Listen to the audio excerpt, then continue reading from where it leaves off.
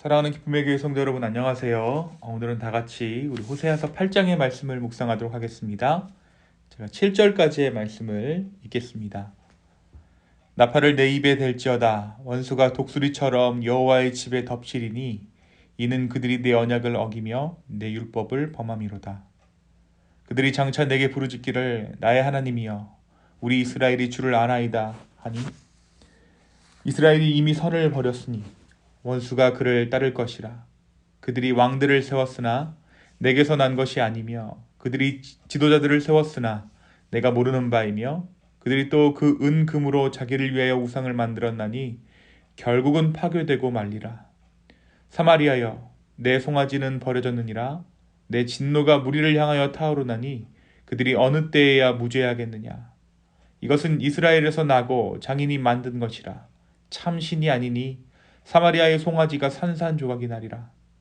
그들의 바람을 심고 광풍을 거둘 것이라. 심은 것이 줄기가 없으며 이삭은 열매를 맺지 못할 것이요 혹시 맺을지라도 이방 사람이 삼키리라. 아멘. 오늘은 다 같이 우리 호세아서 8장의 말씀을 함께 묵상합니다. 우리가 어제 7장까지의 말씀을 통해서 회개를 말하지만 회개하지 못하는 이스라엘 백성들의 모습을 함께 나누었습니다. 그들의 입술로는 회개를 말하고 하나님을 알자라고 이야기하고 있지만 그들의 마음 중심을 보시던 하나님께서는 그들의 회개가 의미 없음을 말씀하셨습니다. 그들에게 회개란, 그들에게 예배란 그냥 허울뿐인 예배고 회개였던 것이죠. 그들은 참된 회개와 참된 예배의 방법을 잃어버린 백성이 되었습니다. 오늘 말씀 8장은 앞장들에 고발된 이스라엘의 죄의 연장선상에서 죄에 대한 하나님의 심판을 보여주고 있습니다. 오늘 말씀 1절에 호세아에게 나팔을 내 입에 댈지어다 라고 명령하시는 것으로 오늘 본문이 시작하고 있죠. 나팔을 입에 대라, 이러한 명령은 이스라엘 백성들에게 비상 경고를 알리기 위함입니다. 이 이스라엘 백성들에게, 북이스라엘의 사람들에게 비상 상황을 알리는 이유는 원수가 독수리처럼 여호와의 집에 덮치게 될 것이기 때문이었습니다. 이러한 위기의 순간에 이스라엘은 내가 하나님을 압니다 라고 외칠 것입니다. 그러나 이 안다라는 외침이 그들을 구원할 만한 외침이었을까요? 우리 2절에 보니까 그들이 장차 내게 부르짖기를 나의 하나님이여 우리 이스라엘이 주를 아나이다 하리라. 과연 이 내가 주를 압니다, 주여 우리를 구원하십시오 라는 이 외침이 그들을 구원할 만한 외침이었는가? 목숨이 위태로운 순간에 자신을 죽이려는 그 상대에게 내가 누군가를 압니다 라고 말했을 때 만약 그 상대가 내가 외친 그 이름을 안다면 우리는 목숨을 부지할 수 있겠죠. 그런데 조건 한 가지가 있습니다. 내가 외친 그 이름의 당사자가 나를 안다라고 인정했을 때만 우리는 목숨을 건질 수 있는 것입니다. 오늘 말씀 13절을 보면 과연 이들이 하나님을 안다라고 외친 것이 구원의 방편이 되었는지 아닌지를 알 수 있습니다. 13절에 기록된 대로 하나님께서는 그들의 제사를 더 이상 받지 않으십니다. 그리고 다시 그들은 애굽의 포로가 될 운명에 처하게 됩니다. 결국 그들이 환난 때에, 심판 때에 내가 하나님을 압니다 라고 외쳤지만 하나님은 그들을 알지 못한다 라고 하신 것입니다. 결국 그들은 하나님의 심판으로 이방 민족의 침략을 받아 나라가 멸망하는 운명에 처해지게 됩니다.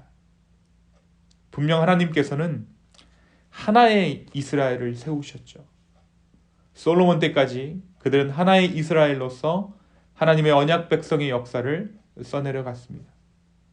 하지만 이제 그들은 분열했습니다. 남유다와 북이스라엘이 갈라졌죠. 그런데 이 북이스라엘과 남유다 가운데 하나님께서 인정하시는 나라가 어디였습니까? 남유다였습니다. 북이스라엘은 나름대로의 왕을 세웠지만 그 왕들은 하나님께서 인정하신 왕이 아니었어요.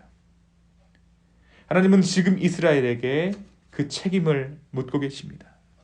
그리고 그들을 심판하기에 이르십니다. 우리 4절에 보니까 그들이 왕들을 세웠으나 내게서 난 것이 아니다. 그들이 지도자들을 세웠으나 내가 모르는 바이다. 그들이 또 그 은금으로 자기를 위하여 우상을 만들었나니 결국은 파괴되고 말리라. 이것이 바로 하나님께서 북이스라엘을 심판하셨던 이유입니다.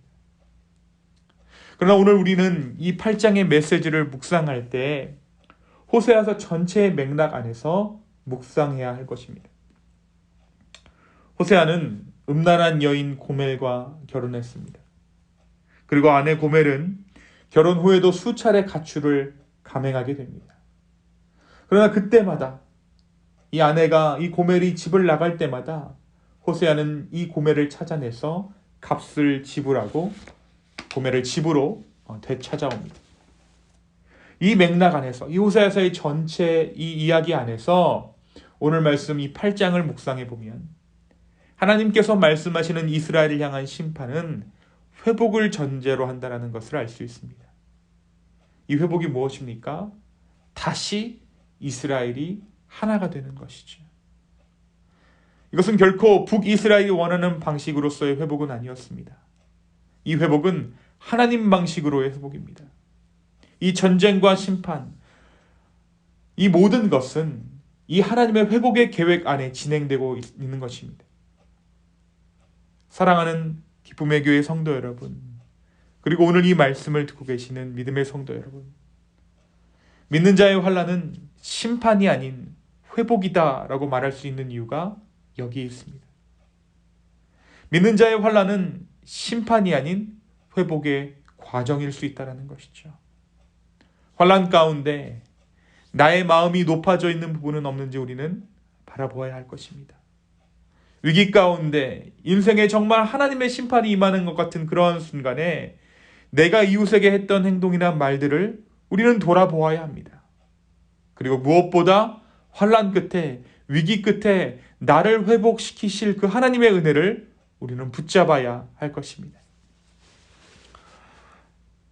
오늘 말씀을 이렇게 봐야 하는 근거가 1절의 말씀 가운데 드러나 있습니다.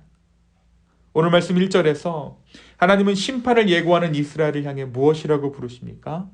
하나님께서는 이 이스라엘을 향해 여호와의 집이라고 부르시고 계세요. 나팔을 내 입에 댈지어다 원수가 독수리처럼 여호와의 집에 덮치리니.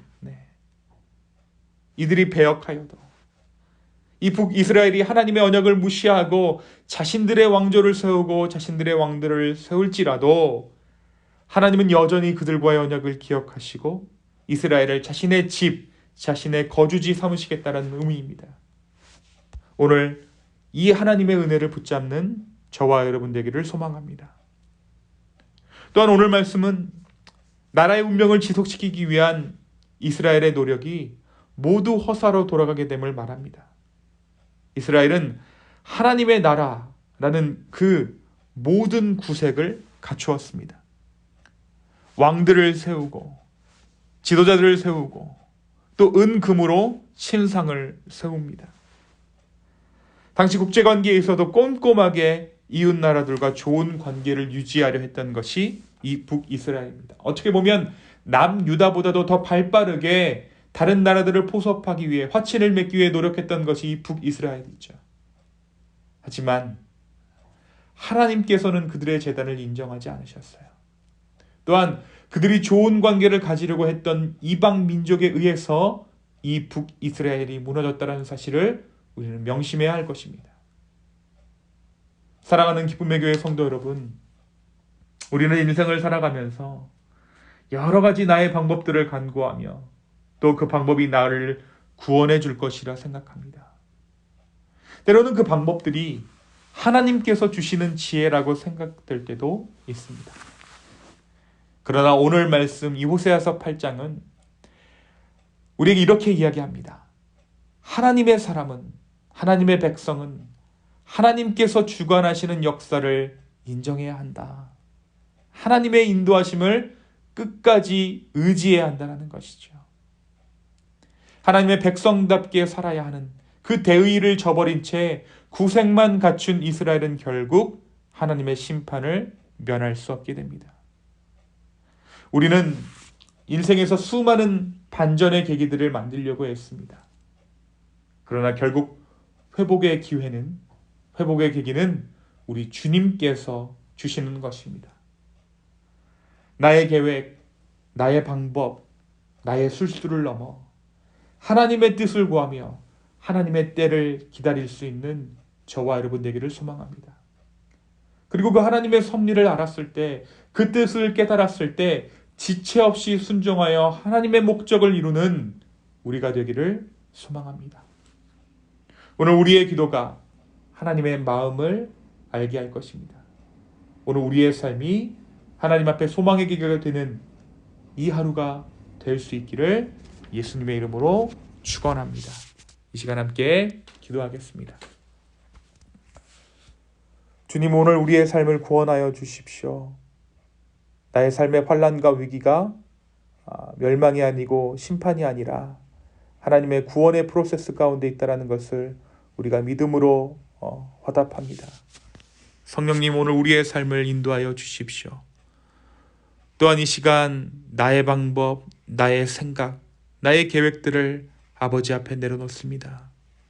주님의 뜻대로, 주님의 계획대로 우리의 삶을 인도하여 주시옵소서.